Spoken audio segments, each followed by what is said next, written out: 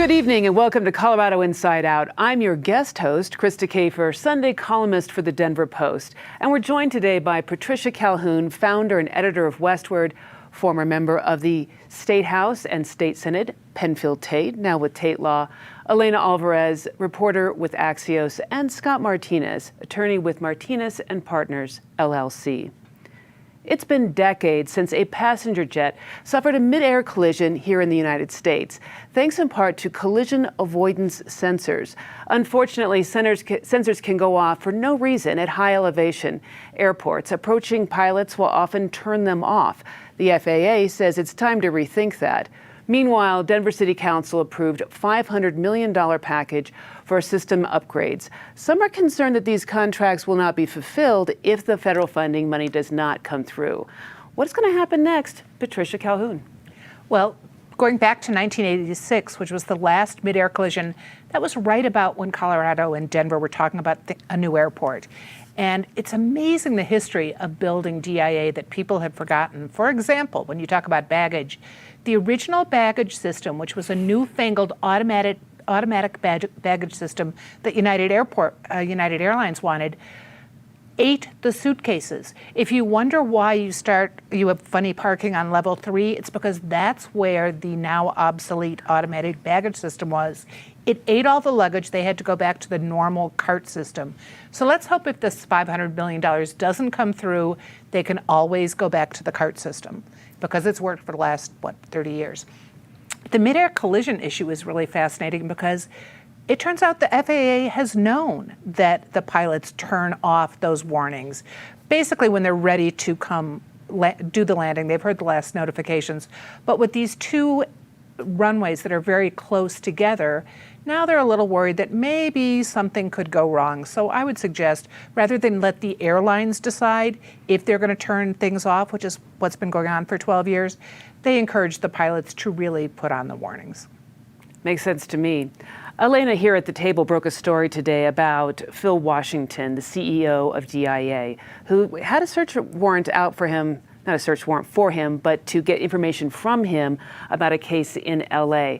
Between warrants, possible crashes, and grants not coming through, are any of these real issues that will go forward for DIA? They are all real issues, and unfortunately, it's part of an ongoing legacy, frankly, of poor management out at the airport. We saw what happened with the whole Great Hall debacle, and frankly, we're still paying for that in dealing with the consequences of that.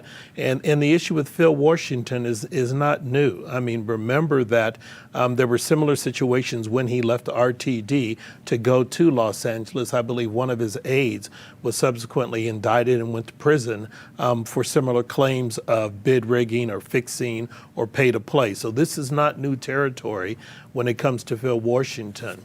One would hope that the feds do a better job of vetting. You've got one instance you know of with Denver at RTD. You have these allegations in LA, and they've been swirling for quite some time. So I don't know if there's any substance there with regard to Phil Washington, but it is troubling that he's been named in these search warrants. His name was mentioned before. And frankly, that was one of the reasons why some of the city council members were a bit concerned about him becoming the new head of DIA. So we'll see what happens. And as for the baggage system, well, one can only hope and pray. Elena, thank you for breaking that story this morning. What exactly is going on there?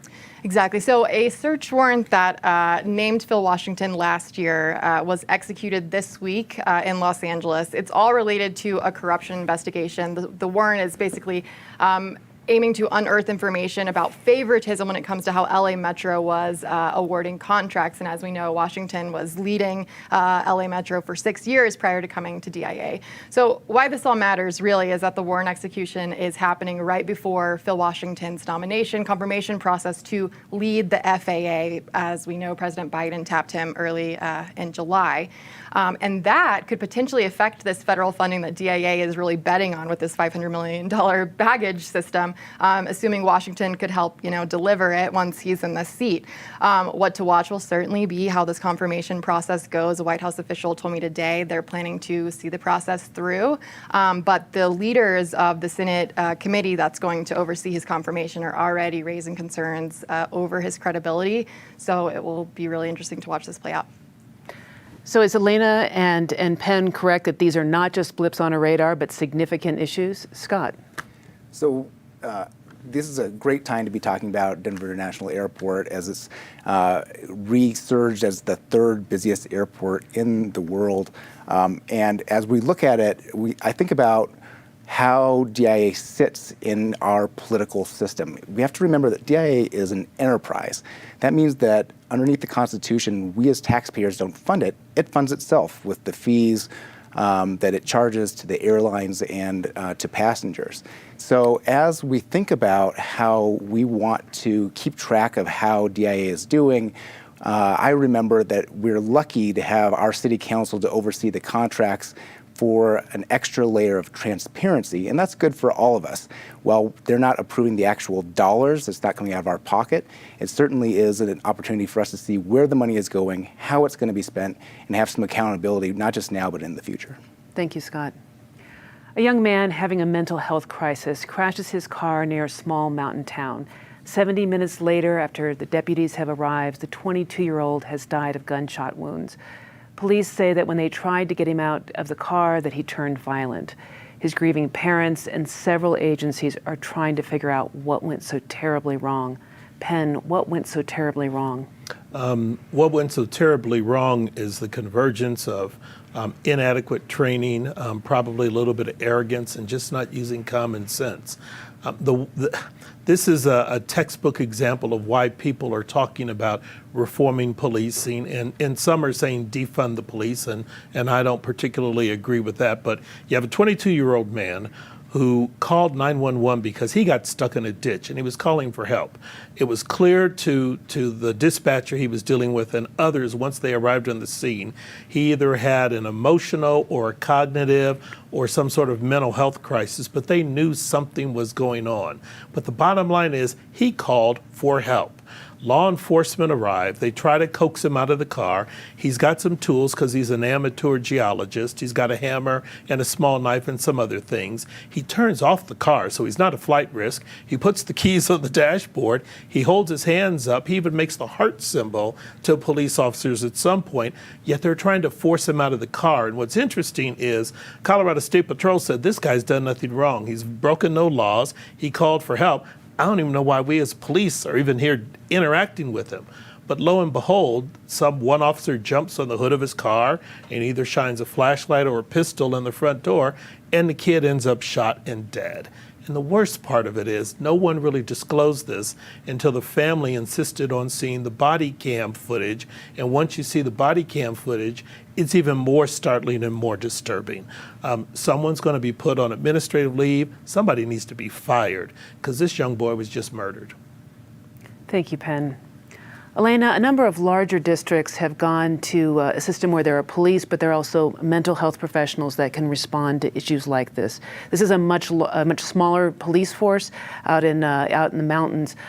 Is this something that we need to replicate in other places, making sure that we have these professionals on hand? I absolutely think so. We've seen a lot of success. There have been national studies, I think even out of Stanford, showing the success of Denver's co-responder program. CPR's reporting on this story really struck me because they highlighted the fact that in the jurisdictions bordering Clear Creek, Denver, and Jeffco, both of them have co-responder programs in place. And so it really begs the question, what would have happened had this happened, a few miles down the road? The state is investing in police alternative programs, which is really good to see considering their success. And I think, as we've talked about, this case really underscores the importance of police alternative programs. I think it also really underscores the importance of police body cam footage and just body cams in general. If this footage hadn't existed or been released, which is part of a state law that was passed in 2021, I don't know if the scrutiny or attention would have been placed on a case like this. And clearly, as we can see, police were wrong in this. He should not have been killed.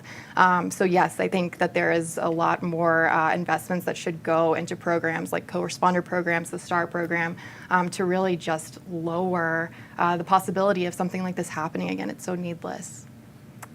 Scott, if you were representing the parents, what would you advise them? Well, there's really just a tragedy here, and so the parents are obviously grieving, the community's grieving, and when I think about the human toll on this, it's just so high. Recognizing that the family has stated that they are initiating a lawsuit against the county, against the officers, and when you're initiating a lawsuit, you're hoping to not just get some big payout. It really is, how are you going to change the system? And so I think the reporting by Allison Sherry at CPR was great. They talked about how there are co-responder programs for mental health professionals in Jefferson County, Summit County, Denver. This should be a minimum bar for all of our jurisdictions, where we provide non-lethal options, persons who have alternatives to respond to cases where there is a mental health incident. And that's be something we should all expect as taxpayers, is to de-escalate situations when they come here. And so if I'm the family, I'm seeking not just some sort of monetary payout, but really a change in the system where we set that bar for all of us in the state, that no matter where there's an incident, we get that mental health intervention that's really needed. Patty, is it possible the police felt like they couldn't just leave the scene and leave him in the car? What do you think their thinking was?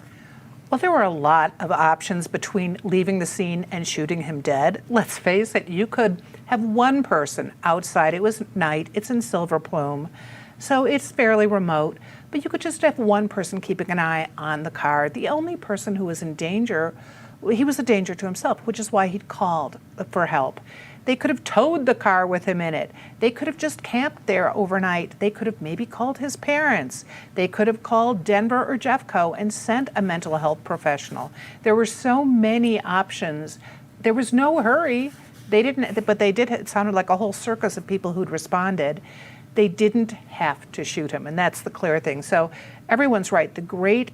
What it proves is the body cams really are useful. We'd heard nothing about this case until the body cam footage was released to the parents. So that's been important. You think about Elijah McClain. If all the body camera footage the body cameras had worked, some of those supposedly didn't. But if you had those earlier, you'd be working towards justice a lot faster. And in this case, we will see justice sooner or later, but it won't bring him back. Thank you, Patty. Denver has gotten more violent. The number of murders was higher during the first half of this year than in 2021. If this keeps up, we could have the top record since 1981 rather. Other big cities have seen a drop in homicides this year. What explains the uptick in crime? Elena.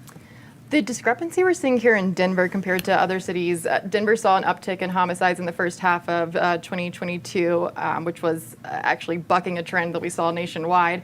And criminologists aren't quite sure what that means or why that's happening. But in general, the crime wave has kind of confused criminologists in general, who say that they will be studying this for a decade or so to really understand what's happening here. In general, their best guesses are socioeconomic issues spurred by the pandemic are at play here. But another factor, some experts say, is that police departments are understaffed, and that is also contributing to the crime problem. There's just not enough resources to combat it.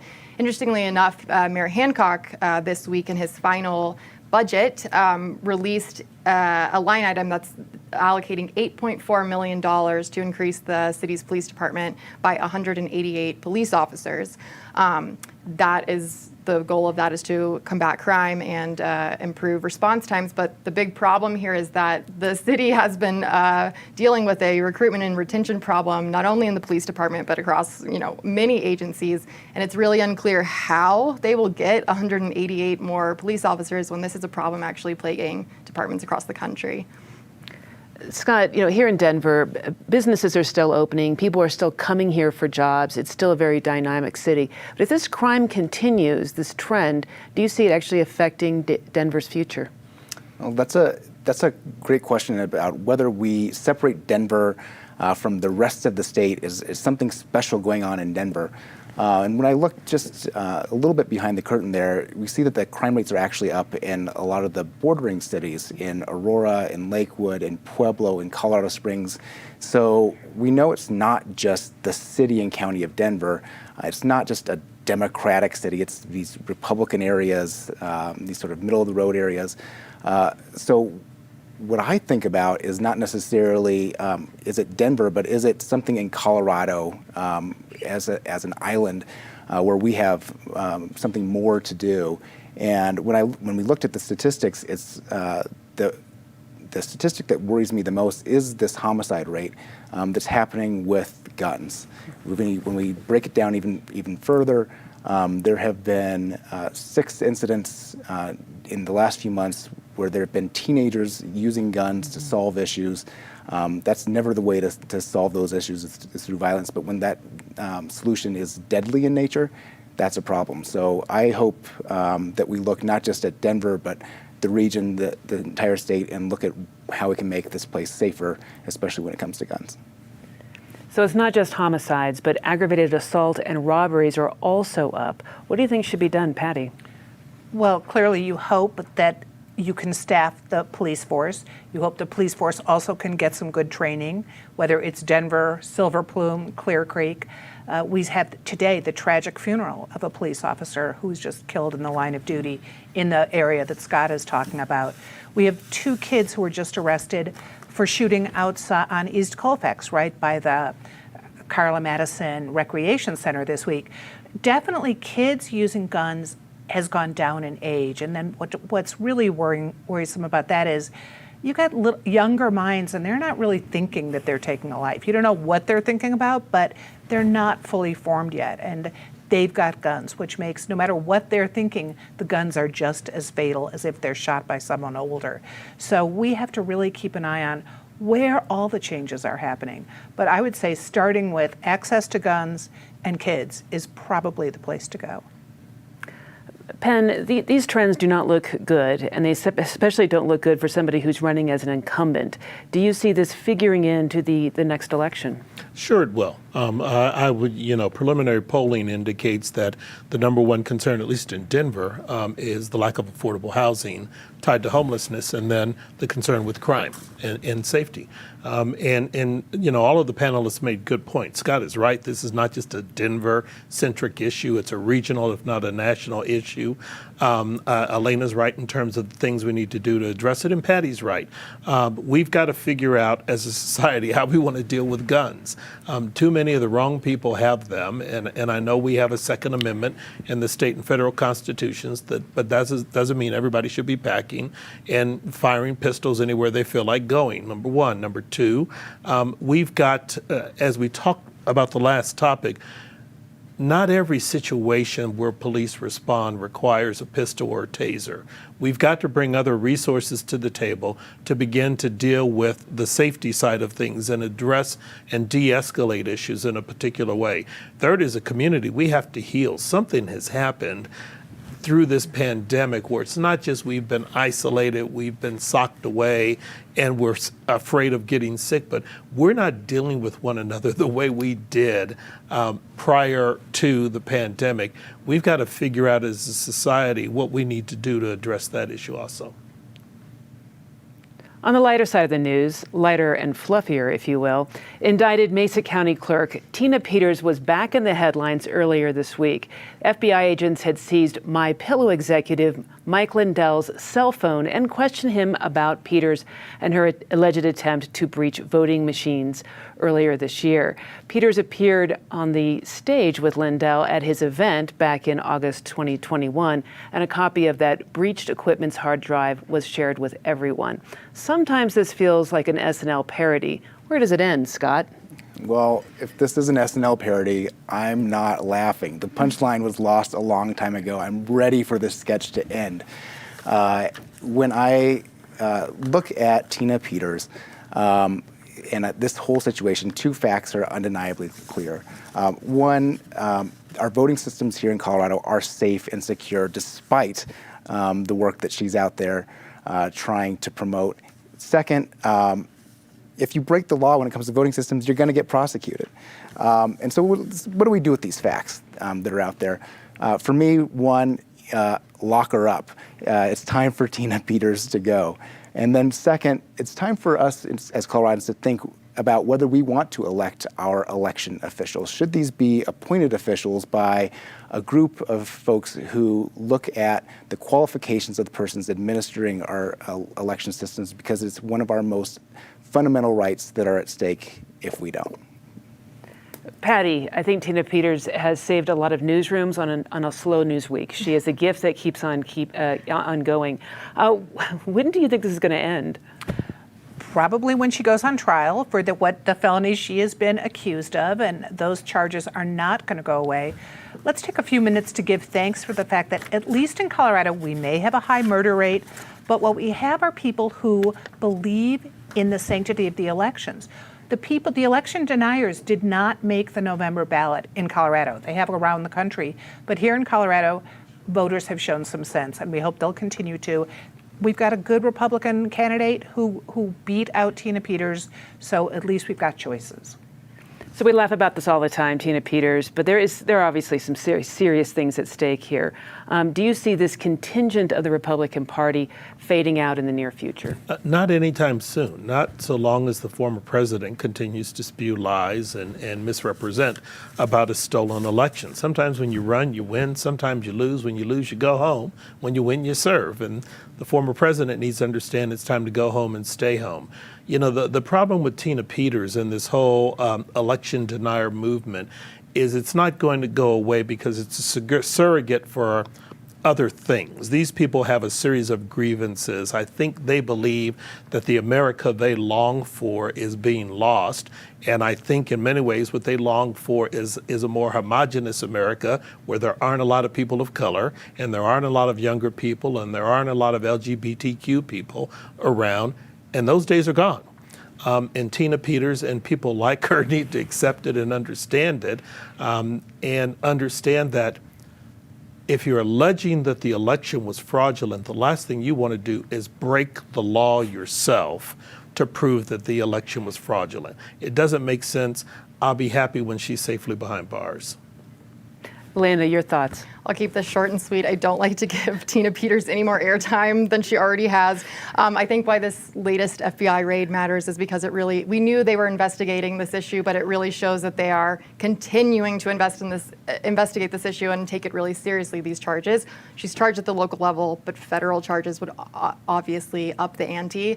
And as you've noted, Penn, she deserves to be behind bars. These are lies, blatant lies, and there should be consequences.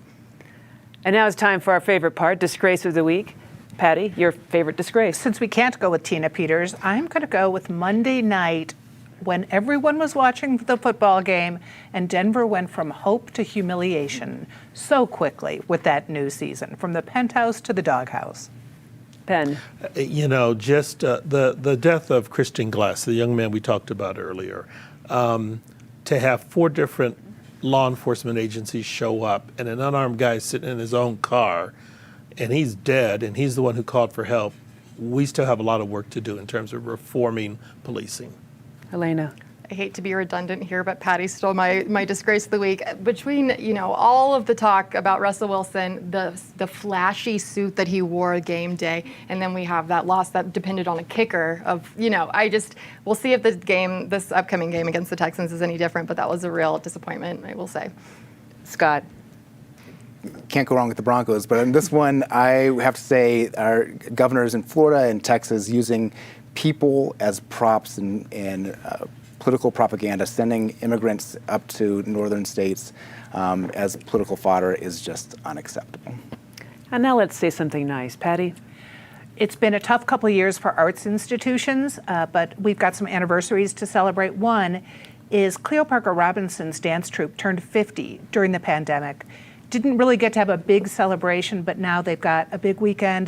They're debuting a dance at the Alley Caucus that is called Sacred Spaces. It's about Black churches burning. They've managed to buy the church that is their home base and get $4 million from the state to work on it. So that's a great anniversary. And 1 year for Meow Wolf here. Penn. No, ditto Patty's comment. And I just also note that Cleo Parker Robinson Dance Studio did all of this, even though Cleo suffered the loss of her husband who passed away during the pandemic. So it's an amazing story of triumph over the odds. Elena, say something nice. Sure. Taco Celine, which is an amazing family-run restaurant. They have locations in Littleton and Aurora. They opened their first Denver outpost this week. Tacos start at $2 a pop, which I think is really exciting. And they're in the Santa Fe Art District at 1001 Santa Fe Drive. Definitely worth visiting. Tacos sounds dreamy. Scott, say something nice. Well, I want to say something nice about you and Patty and all of our guest hosts. It's been a big deal, I think, to be hosting a show and doing it on sometimes short notice, and I think you guys have all done a great job. You're so nice. Thank you, Scott. Well, now we're coming to the end of our show, and I just want to say thank you. It's been an absolute honor to be a guest host and to fill in for our permanent host, which will be announced shortly. I want to thank all of our guests for tonight. Thank you, panelists, for all of your wonderful insights. And of course, I want to thank the audience for listening in. You can always watch us here on our website, our YouTube website, as well as check us out at PBS12.org. You can also check us out on Twitter. With that, I have to say, have a fantastic night.